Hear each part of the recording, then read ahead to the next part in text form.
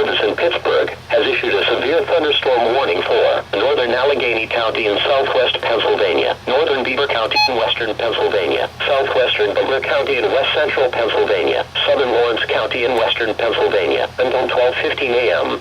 At 11:29 p.m., a severe thunderstorm was detected near Darlington and was moving east at 25 miles per hour.